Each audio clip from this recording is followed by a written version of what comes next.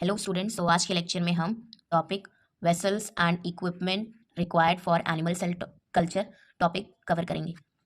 इसमें हम लोग देखेंगे कि जो एनिमल सेल कल्चर हम लोग करते हैं तो उसके लिए जो वेसल्स या फिर जो इक्विपमेंट होते हैं वो क्या रिक्वायर्ड होते हैं। तो culture should be examine daily for their morphology, colour of the medium and density of cell. यानी कि जो कल्चर है उसको डेली मॉनिटर करते हैं लैब में, ताकि उसके अंदर का जो ग्रोथ है, जो भी है मतलब उसकी morphology, colour of the medium, क्योंकि कलर ऑफ द मीडियम से उससे पता चलेगा ना कि अगर कलर ऑफ द मीडियम जो है वो चेंज हो रहा है तो मीन्स जो टॉक्सिक सब्सटेंस है वो मीडियम में इंक्रीज हो रहा है। तो ये सब जो है हमें हर रोज़ जो है देखना पड़ता है कल्चरिंग के समय। इससे पता चलता है कि जो सेल जो है वो प्रॉपर ग्रोथ कर रही है या नहीं। So the animal cell are usually grown and maintained in petri dishes, culture flask or multi-well plated of various shape and sizes at an appropriate temperature and gas mixture, typically 37 degrees Celsius and 5% CO2 for mammalian cell in an incubator. So ये सब जो vessels हैं जैसे petri dishes, circular plate होती हैं, then culture flask एक bottle की तरह यानी कि ग्लास बॉटल होते हैं, देन मल्टी वेल प्लेट्स यानी कि एक प्लेट होगा एंड उसके अंदर जो है बहुत सारे कॉलम्स होंगे, यानी कि उसके अंदर जो है यानी कि कल्चर कर सकते हैं हम लोग। देन सेल स्क्रैपर, यानी कि जब हम लोग कल्चर कर देंगे तो ये स्क्रैपर यूज़ करके जो सेल को रिमूव करे उसको यूज़ करेंगे, ताकि सेल को रिमूव कर सके उसके लिए सेल स्क्रैपर यूज़ करेंगे। ये है एनिमल सेल कल्चर में यूज़ होने वाली कल्चर फ्लास्क। देन ये है मल्टी वेल प्लेट्स, यानी कि ये वेरियस शेप एंड साइजेस की होती हैं। जितना भी हमें जैसा भी नीडेड है वो हम लोग यूज़ कर सकते हैं। तो ऐसे shapes, various shapes and sizes की अवेलेबल होती हैं। तो इन वेसल्स में हम कल्चर करते हैं अपने एनिमल सेल को at an appropriate temperature, gas mixture जो होना चाहिए 37 डिग्री सेल्सियस यानी कि उसका टेम्परेचर, एंड 5% CO2 उस कल्चर के अंदर होना चाहिए। तो ये हो गया gas mixture in an incubator. ये है इंक्यूबेटर की जो इमेज, इसके अंदर जो है हम लोग अपना कल्चर मीडिया जो है उसको रखते हैं एंड उसको ग्रो होने देते हैं। इसके अंदर ऐसे जो कल्चर फ्लास्क हैं उसके अंदर कल्चरिंग की गई होगी उसको रखा जाता है एंड इसके अंदर जो टेम्परेचर है वो मेंटेन रहता है। इधर कल्चर फ्लास्क जो है वो रखे हुए हैं, पेट्री प्लेट्स भी। इसके अंदर टेम्परेचर एंड गैस मिक्सचर जो भी एक सेल कल्चर को इम्पॉर्टेंट है, सेल को अच्छे से ग्रोथ के लिए वो मेंटेन किया जाता है इंक्यूबेटर में। मेनली जो है वो होता है temperature and gas mixture. Animal cell culture में हम CO2 इंक्यूबेटर यूज़ करते हैं जिसके अंदर CO2 भी मेंटेन करता है एंड टेम्परेचर भी। Now, culture conditions vary widely for each cell type, and variation of conditions for a particular cell type can result in different phenotype being expressed.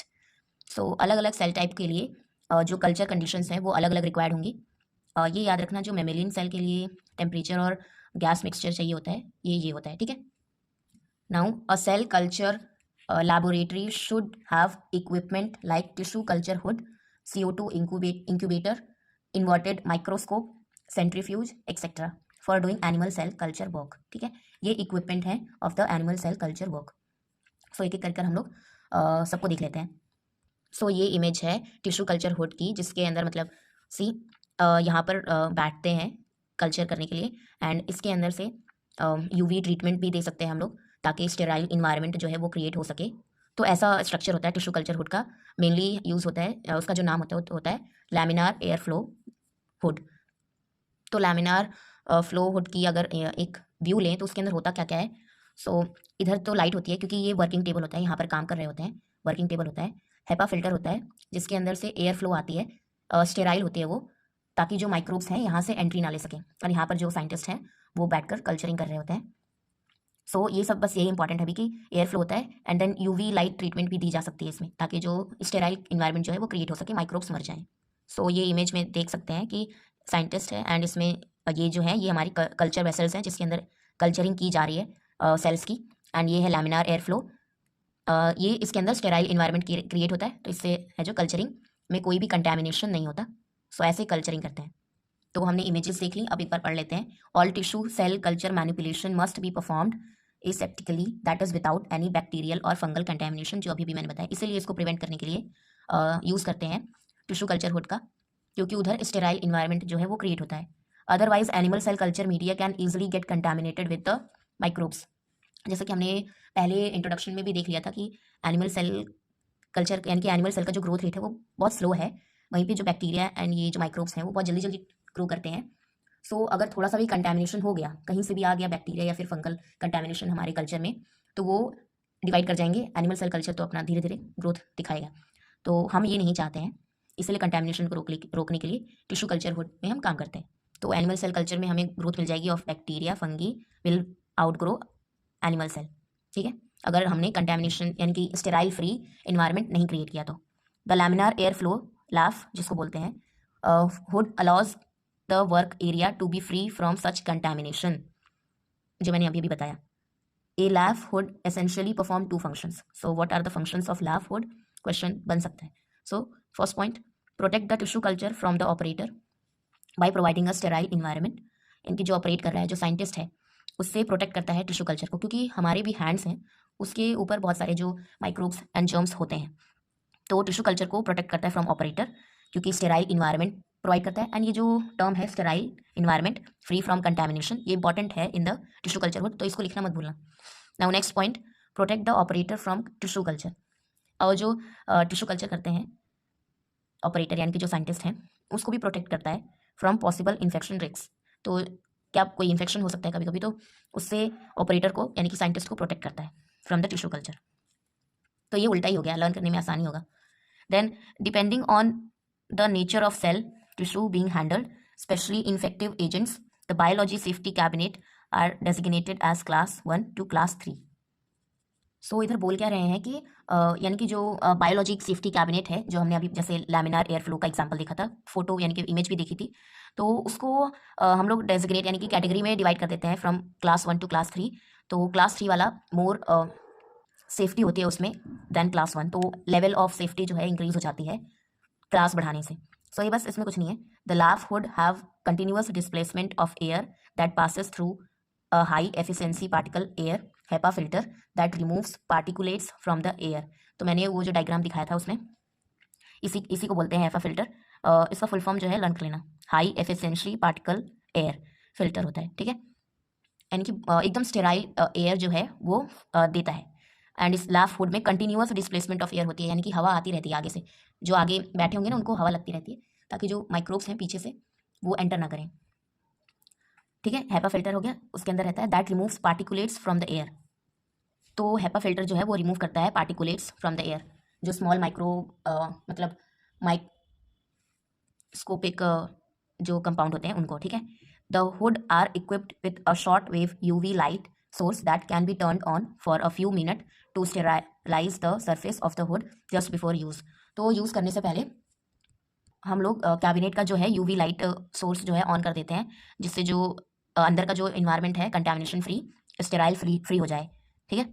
तो ये दोनों याद रखना, HEPA फिल्टर में, लैमिनार एयर फ्लो हुड में, and UV light treatment का। Then next है CO2 incubator. तो CO2 इंक्यूबेटर, जैसे कि मैंने पहले ही इंक्यूबेटर की जो इमेज है वो दिखा रखी है, सो वैसा ही होता है। सो इसमें जो है टेम्परेचर और गैस मिक्सचर का जो लेवल है वो मेंटेन किया जाता है, ताकि जो सेल्स हैं कल्चर में वो अच्छे से ग्रो करें। The CO2 incubator is designed to reproduce as closely as possible the environmental conditions of the living cell। यानी कि CO2 incubator डिज़ाइन किया गया है ताकि वो प्रोड्यूस करे possible environmental conditions for living cell. जैसा एक नेचुरल इन्वायरमेंट में लिविंग सेल ग्रो करता है, वैसा इन्वायरमेंट क्रिएट करे। The essential function of the incubator are to maintain, so essential function जो है वो याद रखना, to maintain the sterility of the chamber, a constant temperature and atmosphere with fixed level of CO2 and high relative humidity, ठीक है। ये function 4 जो है वो लर्न कर लेना अच्छे से। रिलेटिव ह्यूमिडिटी भी मेंटेन करना, ठीक है, ज़रूरी है। तो उसके लिए क्या करते हैं, a pan of water is kept at all times in the incubator chamber to maintain high relative humidity. तो ह्यूमिडिटी मेंटेन करने के लिए क्या करते हैं कि इंक्यूबेटर में थोड़ा सा पानी रख देते हैं कि पैन में, ताकि क्योंकि उसके अंदर टेम्परेचर तो है ही, सो धीरे धीरे जो वेपर्स फॉर्म होंगे वो उधर ही उस इंक्यूबेटर में रहेंगे, तो ह्यूमिडिटी की तरह एक्ट करेंगे, ठीक है। तो ह्यूमिडिटी, रिलेटिव ह्यूमिडिटी जो है वो मेंटेन रहेगी। एंड ये इंपॉर्टेंट क्यों है, रिलेटिव ह्यूमिडिटी मेंटेन करना इंपॉर्टेंट क्यों है, तो इसका आंसर देखो, ताकि to prevent desiccation of culture medium and maintain the correct osmolarity, ठीक है। सो क्वेश्चन आ सकता है कि why it is important to maintain high relative humidity, ताकि to prevent desiccation of the culture medium, यानी कि जो कल्चर मीडियम है उसका जो वाटर है वो पूरा सूख ना जाए, डेसिकेशन मीन्स यही होता है ना, रिमूवल ऑफ वाटर, सो वो सूख ना जाए पूरा कल्चर मीडिया। और ऑस्मोलैरिटी, यानी कि वो ऑस्मोलैरिटी जो है वो मेंटेन रहे। ऑस्मोलैरिटी वही जो सिंपल ऑस्मोसिस, यानी कि सेल और मीडियम में ऑस्मोलैरिटी का जो लेवल है वो सही रहे, बिगड़े ना। Now, the animal cell are grown in an atmosphere of 5 to 10% CO2 because the medium used is buffered with sodium bicarbonate, carbonic acid, and the pH must be strictly maintained. Now, जो animal cell culture में atmosphere जो maintain करा जाता है वो होता है 5 to 10% CO2, क्योंकि मीडियम में यूज़ होता है buffered sodium bicarbonate and carbonic acid, and pH जो है वो स्ट्रिक्टली मेंटेन होना चाहिए। So sodium bicarbonate and carbonic acid, ये जो बफर यूज़ होते हैं, इसको हम लोग टॉपिक उसके अंदर कवर करेंगे, physical conditions required for the growth of animal cell. ठीक है, तो उसके अंदर हम लोग डिटेल में इसके बारे में बात करेंगे। तो अभी याद रखना कि जो एनिमल सेल है वो ग्रो करते हैं at the atmosphere of 5 to 10% CO2, क्योंकि मीडियम में हम लोग यूज़ करते हैं सोडियम बाइकार्बोनेट, कार्बोनिक एसिड। ये इमेजेस हैं CO2 इंक्यूबेटर की, सेंट्रीफ्यूज की एंड इन्वर्टेड माइक्रोस्कोप की। आगे जो टॉपिक हम कवर करेंगे उसको देखते चलेंगे। नेक्स्ट टॉपिक है सेंट्रीफ्यूज। सो ये है इमेज सेंट्रीफ्यूज की। तो ये जो कॉलम्स दिख रहे हैं, ये कॉलम्स जो है इसी में जो सैंपल है वो लोड किया जाता है एंड देन इसको स्पन किया जाता है। तो ये बहुत ही फास्ट जो है वो रोटेट करता है, जिससे जो सेल्स हैं वो सेपरेट हो जाती हैं according to their size, shape and their density. तो सेंट्रीफ्यूज जो है वो सेपरेट करता है पार्टिकल्स को on the basis of their density, यानी कि जो लो डेंस होंगे वो ऊपर फ्लोट करेंगे एंड जो हायर डेंस होंगे वो नीचे बैठ जाएंगे बॉटम पर। तो सेंट्रीफ्यूज का हम लोग यूज़ करते हैं इन एनिमल सेल, ताकि जो सेल अटैच हैं सरफेस पे उनको जो है हम लोग सेपरेट कर सकें फ्रॉम द वेसल। तो for most cell culture only low speed centrifuge are required. तो वेरियस टाइप स्पीड होते हैं, यानी कि स्पीड भी हम मेंटेन कर सकते हैं। तो सेल कल्चर के लिए हम लोग लो स्पीड सेंट्रीफ्यूज का यूज़ करते हैं। A gentle braking action helps prevent disruption of separated band of the cell. तो ये जो लाइन है इसको बस लर्न कर लेना, मतलब ये यही बोल रहा है कि धीरे से उसको जो है घुमाते हैं, वो घूमता है ऐसे, सैंपल उसके अंदर जब लोड करते हैं उसको बंद कर देते हैं। तो ये अगर हम लोग लो स्पीड पे यूज़ कर रहे हैं तो वो ब्रेक नहीं होने देता सेल को, यानी कि सेल डिसरप्शन नहीं कराता, सेल बर्स्ट नहीं होगा एंड वो सेपरेट हो जाती हैं फ्रॉम द वेसल। ठीक है, in most cases cell should be centrifuged at 20 degree Celsius. Temperature जो मेंटेन करना होता है वो याद रखना। सेल कल्चर में जो सेल्स हैं वो सेंट्रीफ्यूज होती हैं at the 20 degree Celsius. Nevertheless low operation temperature is useful to avoid exposing cell to uncontrolled higher temperature, क्योंकि ज़्यादा टेम्परेचर कर देंगे तो में जो वो सेल है वो डेड हो जाए या फिर कुछ म्यूटेशंस आ जाएँ। सो लो टेम्परेचर पे हम लोग सेंट्रीफ्यूगेशन करते हैं। सो सेंट्रीफ्यूगेशन में सिर्फ इतना ही है। Now last topic that is inverted microscope. So ये है इमेज इन्वर्टेड माइक्रोस्कोप की। तो इन्वर्टेड माइक्रोस्कोप में क्या होता है कि लाइट सोर्स ऊपर होता है एंड ऑब्जेक्टिव लेंस इधर तो लगा ही होता है क्योंकि ऑब्जेक्ट को व्यू करना है, एंड इधर होता है आई पीस जहाँ से हम देखते हैं। इधर हम लोग अपना जो भी कल्चर प्लेट है, जैसे पेट्री डिश या फिर कल्चर फ्लास्क, उसको यहाँ पे रखते हैं। यहाँ से लाइट सोर्स आता है, कंडेंसर के थ्रू पास होता है एंड यहाँ से ऑब्जेक्टिव लेंस से हम लोग यानी कि सेल्स को देखते हैं इस आई पीस से। सो ये होता है इन्वर्टेड माइक्रोस्कोप। इन्वर्टेड माइक्रोस्कोप में देखो जो हम लोग नॉर्मल जो माइक्रोस्कोप यूज़ करते हैं उसमें और इसमें डिफरेंस होता क्या है कि जो लाइट सोर्स होता है नॉर्मल वाले में वो नीचे होता है, लेकिन यहाँ पर लाइट सोर्स जो है वो ऊपर होता है। ठीक है, एंड ऑब्जेक्टिव जो होता है वो नीचे होता है लाइट सोर्स के, क्योंकि जो हमारी जो सेल्स हैं, जैसे कि मैंने इमेज में एक बार पहले दिखाया था, जो इमेज है वो मोनोलेयर फॉर्म करती हैं। सेल के जो कंटेनर होता है वो सेल एकदम कंटेनर से के सरफेस से अडेयर्ड रहती हैं, चिपके रहती हैं, तो एकदम नीचे जो मोनोलेयर है वो फॉर्म करती हैं। तो उसको देखने के लिए हम लोग ऑब्जेक्ट, इसलिए इन्वर्टेड माइक्रोस्कोप का यूज़ किया जाता है।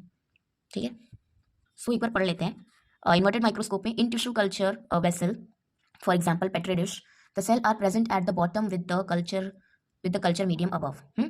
यानी कि जो बॉटम में होंगी सेल्स एंड कल्चर मीडियम जो लिक्विड पार्ट होगा या फिर जो भी हो वो ऊपर रहेगा। The inverted microscope allow the cell at the bottom to be visualised because the optical system is at the bottom with the light source on the top, क्योंकि इसमें लाइट सोर्स होता है वो टॉप होता है, जैसे मैंने इमेज में दिखाया, एंड ऑप्टिकल सिस्टम वो नीचे होता है, जैसे objective mirror and then eyepiece से हम लोग देख लेते हैं।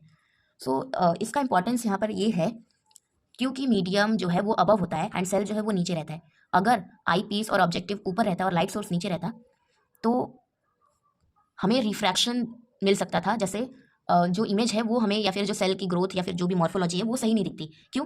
क्योंकि लाइट सोर्स जब नीचे से पास होती, सेल से पास होती, देन मीडियम से पास होती, तब जाकर ऑब्जेक्टिव, देन आई पीस के पास आती। तो मीडियम को क्रॉस करती वो, तो रिफ्रैक्शन हो सकता था। तो हमें जो सेल का जो प्रॉपर ग्रोथ या फिर इमेज जो है हमें नहीं दिखेगी। इसीलिए हम लोग इन्वर्टेड माइक्रोस्कोप का यूज़ करते हैं, ठीक है, ताकि जो है ये रिफ्रैक्शन ना हो। क्योंकि कल्चर मीडिया जो होता है वो अबव होता है एंड सेल जो होती है वो बॉटम में प्रेजेंट होती है। तो बॉटम से ही हम लोग जो बॉटम वाला ऑब्जेक्टिव लेंस होता है उससे हम लोग विजुअलाइज कर लेते हैं, लाइट जो है वो ऊपर होती है। सो इससे जो है सेल को हम लोग विजुअलाइज एंड उसका जो ग्रोथ एंड मॉर्फोलॉजी है वो अच्छे से स्टडी कर पाते हैं। Observation of culture in this way will give an immediate idea of the health and growth of the cell, जैसा मैंने अभी भी बताया। The microscopes should be kept covered to protect from dust and the lights should turn down when not in use, ठीक है। तो ये हो गया इन्वर्टेड माइक्रोस्कोप। नाउ इस बार के सिलेबस में कैरेक्टराइजेशन ऑफ सेल लाइन ये वाला टॉपिक तो नहीं है। सो नेक्स्ट लेक्चर में हम application of animal cell culture topic से स्टार्ट करेंगे। सो इसके बीच में जो भी टॉपिक्स हैं वो डिलीटेड है, इस बार नहीं आ रहे सिलेबस में। सो एक बार मैं कम्युनिटी पोस्ट में जो सिलेबस है इस बार का वो डाल दूँगी। सो एक बार वो भी देख लेना। सो अगर कोई डाउट हो तो इसमें पूछ लेना कमेंट सेक्शन में। Thank you so much.